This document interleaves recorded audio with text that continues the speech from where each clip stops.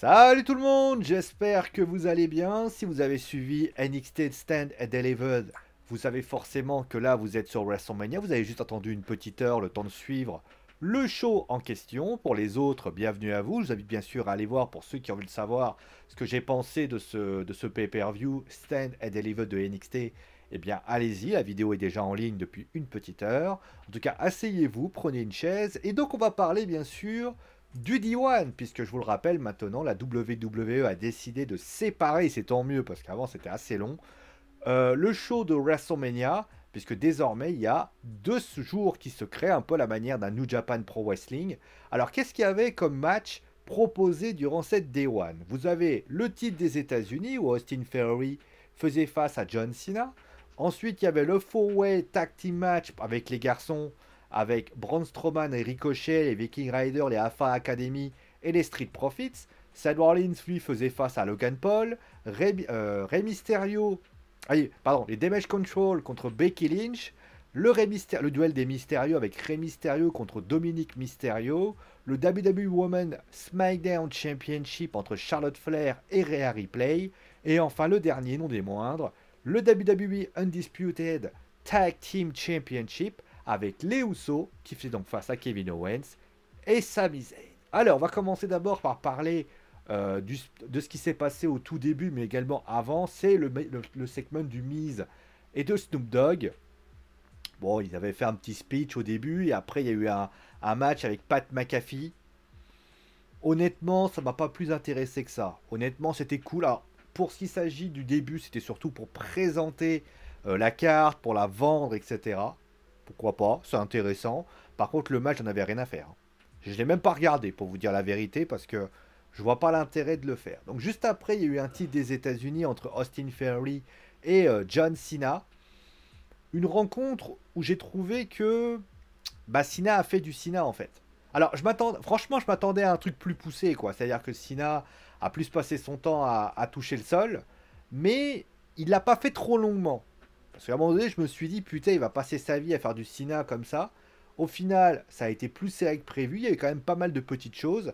Je m'attendais à autre chose à certains points, j'en parlerai après. Mais voilà, ça se débrouille tranquille, voilà. Après, bon, on voit que John Cena, il a quitté la WWE. Il a plus cette explosivité qu'il avait auparavant. Bon, après, pour le final, il fallait protéger John Cena, donc il y avait un low blow. On met en avant Austin Theory. Pourquoi pas? Bon, l'opener permet de lancer le show. C'était sympa, pour ainsi dire. Par contre, juste un petit détail par rapport à ce match. J'ai trouvé notamment que... comment dire? J'ai trouvé que le match faisait pas trop apprentissage, si vous voulez. Alors au début, oui, il y a eu un léger petit moment d'apprentissage, un peu à la manière de la WrestleMania 23 entre Triple H et John Cena. Mais j'ai trouvé qu'on aurait pu aller beaucoup plus loin. Un espèce de sentiment où John Cena apprenait la vie à Austin Theory. Ça n'a pas été le cas et je suis un peu déçu de ce qui pourrait arriver. Voilà. Après cela, il y a eu le four-way tag team match entre donc les 4 que j'ai cités. Je ne vous les reciterai pas, vous avez qu'à vous en souvenir. D'ailleurs, juste avant de le dire, je suis content de savoir que Titus O'Neil est en vie. Ah, c'est quand même intéressant parce que bon, je savais même pas qu'il était là encore. Donc ça, c'est cool. Après, sur la rencontre, franchement, j'attendais rien de cette rencontre. Je me suis dit, ouais, ça va être un pauvre match d'exhibition, tranquille, etc. Bah, en fait, finalement, quand tu y regardes, tu te dis, bah, ce match-là, il avait le but d'une chose, nous divertir, nous donner envie de suivre finalement les 4 luttes, les 4 équipes en question, et ben, ça a été réussi. Comme quoi, vous voyez, les matchs peut-être les plus inintéressants sont peut-être les matchs les plus intéressants, parce que voilà, il y a eu de l'intensité, il y a eu des spots de dingue. Braun Strowman qui fait quand même un splash de la troisième corde, enfin sur la troisième corde, pardon, c'est quand même assez incroyable. Alors oui, il y aura toujours cette déception de l'aspect storyline qui n'aura pas été présent, mais franchement, bravo. Bravo parce que Ricochet a été très bon. Les Street... Alors, je vais parler après de la victoire des Street Profits, parce que je ne suis pas certain que ce soit eux qui auraient peut-être dû gagner. On a fait peut-être la solution de facilité, mais honnêtement, bravo à eux tous, et on peut vraiment être content. Moi, j'aurais peut-être mis quelqu'un d'autre. Parce que moi, je trouve, en tout cas c'est mon avis, je trouve que on met trop souvent les Street Profits. Voilà, très clairement, Braun Strowman et Ricochet, je suis pas convaincu que ça aurait été pertinent. Les Alpha Academy, on sait très bien que Otis va pas tarder à partir. Pour moi, ça aurait dû être les Viking Riders. Parce que les Viking Riders, ça aurait pu être fort. Ils avaient besoin d'une victoire probante. Et c'est ce qui s'est passé. Après cela, on a eu Seth Rollins qui a donc fait face à Logan Paul. Euh, Au début, je m'attendais à autre chose. Je me suis dit, Seth Rollins va lui apprendre une leçon. Tu sais, le professeur qui apprend à son élève tout simplement à apprendre. Finalement, ça a été opté pour un match un peu plus spectaculaire. Le début de match est assez calme, mais après ça monte en puissance. Il y a eu pas mal de spots, notamment le spot avec la mascotte. Et franchement, Logan Paul a fait quand même des belles choses. Et c'est vrai que, bah, franchement, alors j'aurais aimé peut-être un côté. Alors, je vous dis la vérité. Il y avait deux idées que j'avais dans cette rencontre. Elles n'ont pas été optées et c'est bien dommage. L'aspect professeur-élève de Seth Rollins et de Logan Paul. Ou alors que Logan Paul fasse le match epicness par excellence. Genre le match où tu te dis. Alors, dès qu'on fait référence notamment entre Shelton Benjamin et Seth Rollins et Shawn Michaels. Parce qu'il y a pas mal de petits spots qui font référence à ce match. C'est vrai qu'il y a des références, bien évidemment, notamment le final avec le super kick. Alors que, voilà, il y a ça aussi. Mais moi, j'aurais aimé peut-être que ça soit encore plus epicness. Qu'il y ait des prises uniques en son genre. Parce que pourquoi? Parce que je pense que le final aurait dû être un Seth Rollins qui regarde Logan Paul et qui le salue. D'ailleurs, juste un petit aparté. Où est le Miz? Où est le Miz? Le Miz qui nous a taillé la tête en traînant autour de cette rivalité et qui, au moment où c'est le plus important, n'est pas là. Moi, j'aurais préféré que le Miz soit là, qu'il essaye de faire quelque chose, que de faire son match face à Pat McAfee. Et au final, eh bien, on aurait pu avoir Logan Paul qui perd. Et là, Seth Rollins le regarde, lui tend la main, et lui tend la main, lui serre la main, lève la main, et à ce moment-là, il le regarde et il fait bien joué, mec. Mais il aurait fallu de l'epicness. Et là, le Miz commence à arriver et le provoque. Logan Paul lui met un coup et le public. Parce que, encore une fois, je pense que Logan Paul a le talent pour être un bon catcheur. Je suis pas en train de critiquer Logan Paul parce que, Logan Paul, excusez-moi, hein, mais il a fait 4 matchs. 4 matchs 4 matchs. Voilà, il a fait 4 matchs. Et ces 4 matchs ont toujours été très bons. Alors après, il souffre de ce qu'on appelle le côté, comment dire, le côté, si vous voulez, le côté, je suis un lutteur, je suis un acteur, je suis un entertainer qui veut devenir un lutteur, mais qui ne veut pas travailler comme un lutteur. C'est-à-dire que Bad Bunny, pourquoi tout le monde l'a adoré? Parce qu'il a fait un Canadian Destroyer. D'ailleurs, il était là. D'ailleurs, on en parlera après. Mais concrètement, je trouve que Logan doit, s'il veut participer, il faut qu'il participe à fond. Un Brock Lesnar, ça se peut se justifier. Un Edge, ça peut se justifier. Un Logan Paul, il faut pas qu'il vienne que quand il a envie. Parce que c'est toujours comme ça. Après, il va perdre un peu de crédibilité et ça, c'est bien dommage. Bon, après, on a eu Damage Control contre Becky Lynch. N'importe quoi. Dakota Kai et Oskai. Non, moi, je pète un plomb. Moi, j'ai écrit la. Trish Stratus. Voilà. Et Leita, voilà. Le match, je l'avais dit lors du fantasy booking que j'ai fait, c'est du fan service. Qu'est-ce que vous voulez que je dise de plus? Pour moi, ce match aurait dû avoir lieu à Elimination Chamber. À partir de ce moment-là, tu le fais à WrestleMania. Ce match, honnêtement, on aurait eu Becky Lynch Bayley, ça aurait été pareil. Je sais pas pourquoi ils ont voulu allonger les trucs. Non. Non, j'ai pas pris parce que moi. Alors, certains me diront, t'es pas fan service, c'est vrai. Mais moi, j'ai trouvé que Becky Lynch Bayley, ça aurait suffi. Hein. Peut-être mettre Trish et Lita à l'extérieur et mettre l'autre côté, on met Dakota Kai et Io Sky et ça aurait suffi. Hein. Pourquoi vouloir faire tellement élaboré? Alors après, oui, si t'es fan de catch et que t'es fan de Trish et Lita et qu'honnêtement tu as envie de faire telle ou telle chose, tu vas être content. En plus d'ailleurs, j'en parlais, il y a le fail de ce show.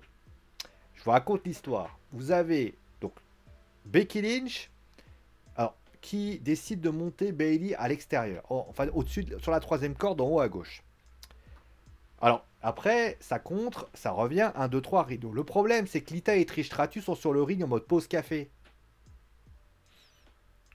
Alors, soit Becky a dit, alors il aurait dû avoir, alors à ce moment-là, un truc du style, Becky aurait dû avoir soit Trish et Lita qui décident de dire, ah, il y a un petit message pour dire, voilà, n'intervenez pas, mais aux dernières nouvelles, tu les vois là, pourquoi ils interviennent pas? Non, tu les vois, ils regardent. Et comme ils regardent, tu te dis, mais vous allez intervenir ou quoi? Sauf que, lors de ce moment où il y a une attaque, tu vois Becky Lynch se faire donc tenter au-dessus, Bailey qui contre, elle veut y aller pour avec sa Bailey, ta Bailey to Bailey, et au final, ça contre. Non. À ce moment-là, c'était quand même un peu bizarre. Bon, bref. Donc voilà. Après cela, on a eu Rey Mysterio qui a donc fait face à Dominique Mysterio. Alors déjà, avant de parler du match, big up à l'entrée. Avec le theme song de Eddie Guerrero, moi je dis Viva, Viva la Raza. Franchement, le highlight à style à cheat, c'était. Alors mon anglais est pourri, hein, mais franchement, le Latino Heat, etc. D'ailleurs, on sait qu'il va y avoir un nouveau clan qui va être le Latino Worlder. Je serais très content qu'ils prennent le Latino Heat. Franchement, ça serait un theme song tellement magnifique. Mais voilà, honnêtement, moi j'aurais aimé que. D'ailleurs, quand j'y pense, je me dis que Rey Mysterio. Là, on a peut-être le match à WrestleMania. Alors, j'ai pensé peut-être que Bad Bunny pourrait intervenir. On peut le faire intervenir, c'est pas un problème. Mais en tout cas, très clairement, parce qu'on est à Puerto Rico, Dominique, Finn Balor, Damien Priest et Rhea Ripley, ça veut dire que tu n'as pas de match à Raw pour le titre féminin de Raw, hein, concrètement. Mais concrètement, tu aurais littéralement Santo Escobar. Ah, quoique, non, ça ne pourra pas. Est-ce qu'il manque quelqu'un? Ah bah Bad Bunny. Voilà, Bad Bunny. Voilà, on met les 4 contre 4 avec Rhea qui sera avec Zelina Vega. Mais concrètement, ça peut créer un bon petit clan. Les Judgment Day auraient un clan à affronter. Ça pourrait durer un certain temps. Pourquoi pas, sachant que Edge, je pense qu'il reviendra pas après. Franchement, ça peut être sympa. Alors après, je suis d'accord avec vous. Si Edge déboule, ça risque d'être quand même compliqué. Mais pourquoi pas? Tu veux créer une nouvelle la LWO? Pourquoi pas? Par contre, ouais, j'ai un petit problème. Ah oui, pour le match. Franchement, le match était très bien. Dominique a fait un bon match. Voilà, il a fait un bon match. Bon, il perd à cause de Bad Bunny. Bon, c'est pas mal. Le coup de ceinture sur les fesses de Dominique, ça m'a fait rigoler. Franchement, j'ai rigolé. Je me suis dit, waouh, c'est chaud. Voilà. Après, bon, pour les interventions, Angie Alia, ça m'a fait plaisir. Angie Alia, ça m'a fait super plaisir. La Legado de Fantasma, donc LWO, très bien aussi. D'ailleurs, ils avaient promis qu'ils interviendraient. Ça aussi, on savait qu'ils allaient intervenir. Par contre, j'ai un problème. J'ai un problème, c'est Finn Balor. C'est-à-dire que, en fait, il faut de la cohérence dans tout ce que tu fais. Tu fais venir Finn Balor, très bien. Il est où Edge? Edge, il a un combat contre Finn Balor. À partir de ce moment-là, il faut faire venir Edge. Tu es obligé de faire venir Edge parce que Edge a une rivalité avec lui. Alors je sais ce que tu vas me dire, c'est qu'un détail. Mais ce détail, imaginez que Finn Balor fasse perdre Rey Mysterio. Là, tout le monde se serait dit, mais Edge, il est pas là. Il aurait dû avoir même un theme song de Edge pour montrer, voilà, Finn Balor. Parce que soit tu fais venir Finn Balor, et fais pas venir Finn Balor, et donc là, Damien, il est tout seul. Parce que, encore une fois, juste après, t'as Rhea Ripley. D'ailleurs, ouais, pour Rhea Ripley, c'est pareil. Où est Finn Balor? Où est... Alors, certes, ça se justifie par le fait que les trois ont été attaqués, mais encore une fois, on aurait pu faire un truc encore plus epicness, d'ailleurs, aussi, ça aussi. J'en parlerai après. Ça aussi. Bah tiens, on va parler du match pour le titre féminin de SmackDown. Charlotte Flair contre Rhea Ripley. Alors moi, je suis très content que Rhea ait gagné. Mais il manque des choses. Alors certes, le curseur... En fait, le match a mis du temps à démarrer. Petit à petit, le duel est monté au diesel. Ça a accéléré, doucement, mais sûrement, etc. Mais franchement, les deux ont livré une très très belle prestation. La victoire de Rhea est cool. Et il n'y a pas d'intervention des Judgment Day. Et là, j'ai dit, waouh, c'est chaud quand même.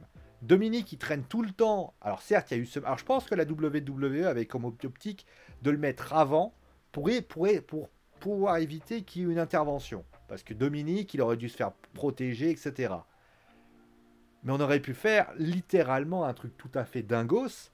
C'est qu'il y a un combat qui a lieu, et il se passe que juste après, les Judgment Day interviennent. Tu as Charlotte Flair qui est toujours là. Charlotte, à ce moment-là, Ray est toujours là. Elle décide de le défendre de Dominique. Il y a les Legado de Fantasma qui est présent. Il y a Angie. Et au final, eh bien, malgré tout, il y a victoire de Rhea. Il y aurait peut-être eu une transition.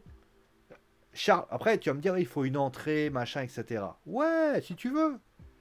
Mais à la limite, il y aurait eu une bagarre entre-temps, une bagarre après. Mais là, c'est vrai que c'est quand même bizarre dans cette histoire. Voilà. Bon, on va terminer quand même avec le dernier match. C'était le main event. Les Usos contre Kevin Owens et Sami Zayn. Et donc voilà, le trône est désormais canadien. Enfin, québécois pour être précis, puisque c'est Kevin Owens et Sami Zayn qui ont gagné. Et je suis assez mitigé avec cette rencontre. Le final, alors attention, le final est épique. Franchement, les 10 dernières minutes du match, c'est du bijou. Il n'y a rien à dire. Le moment où il y a le storytelling, où il te rappelle notamment tout ce qui s'est passé avec la Bloodline. Tous les tombés qui sont à la poêle de cul près, c'est génial. Les moments où tu vois Kevin Owens se faire dégager comme des malpropres. Sami Zayn qui prend des coups. Génial. Franchement, c'était génial. Mais pourquoi ça n'a pas été comme ça tout le temps? Moi, je veux bien que tu fasses les choses petit à petit au début, tu mets en place, etc. Mais vous connaissez les Usos, vous connaissez Kevin Owens, et vous connaissez Sami Zayn. Vous n'avez pas l'impression de vous dire, on aurait pu aller dans l'épique de l'épique? Alors le match est cool, franchement. Et moi, moi, je vais retenir les 10 dernières minutes parce que les 10 dernières minutes, elles sont très bonnes. Mais de vous à moi, ça donne un coup d'inachevé en fait. Tu te dis dans ta tête, c'est dommage. C'est dommage d'avoir eu la possibilité de pouvoir aller là et que tu es là en fait. Et ça, tu te dis dans ta tête, à chaque fois, je l'ai regardé, j'ai fait, mais c'est pas possible. Pourquoi ils ont fait un final tellement épique pour qu'au final, ce final n'ait pas été au-delà de l'épique? J'arrive pas à le comprendre. Alors certains me disent, peut-être parce qu'ils ont voulu faire monter la mayonnaise, mais tu fais pas la monter la mayonnaise pendant 20 minutes. Tout que le match est long, hein, il dure à peu près une... Alors je vais vous donner la durée parce que peut-être je me trompe, hein. Mais vous savez, quand je trouve le temps long, en général, c'est pas bon signe, hein. Mais si je tape WrestleMania, voilà, et que je tape résultat des... Ah non, c'est pas ça que je veux. Ah, Becky Lynch et Sami Zayn ont fait un câlin. Oh, ça va peut-être plaire à Seth Rollins, ça. Alors, on va regarder. Attendez, bougez pas. Le match a duré 24 minutes. 24 minutes? Putain, j'ai cru que ça durait une éternité. Non mais sérieux, je suis... C'est... je suis... je suis quand même un petit peu étonné. Je suis quand même étonné et je ne comprends pas le truc. Je sais pas. Je sais pas. Je n'arrive pas à comprendre pourquoi ils n'aient pas pu faire quelque chose de plus epicness. Alors peut-être qu'ils en gardent sous le canapé, ils se disent peut-être que le mois prochain va y avoir encore plus dingue. Pourquoi pas? Mais en tout cas, pour moi, tu connais les deux. Les Housseaux sont capables de faire des trucs bien meilleurs. Les deux là, les deux Québécois, quand ils ont envie, ils peuvent faire des trucs de dingue. On va leur laisser, vous savez quoi? On va leur laisser le bénéfice du doute. En se disant, ils ont voulu laisser monter les chevaux pour voir ce que ça donne. Ils ont fait 10 minutes et ils se sont peut-être dit, on va faire encore plus grand après. Moi, je vois que ça. Mais c'est dommage parce que franchement, ils auraient pu monter la barre tellement haut. Après, c'est un choix, c'est comme ça. Voilà, je vous invite bien sûr à me dire, comme toujours, ce que vous avez pensé du show, de me dire, voilà, si le show vous a déçu, si le show vous a donné envie. On se retrouve très très très vite pour un nouvel épisode demain. D'ailleurs, ce soir, il y aura WrestleMania Day 2, donc il y aura le débriefing de WrestleMania. Je le ferai peut-être en live, hein. Alors, je vais voir ce que je vais faire parce que je crois que je vais aussi streamer. Alors, je crois peut-être que je le ferai sur YouTube pour vous proposer quelque chose. Je vous tiens au courant, mais en tout cas, voilà, on va savourer tout ça. Portez-vous bien, gros bisous et à très vite.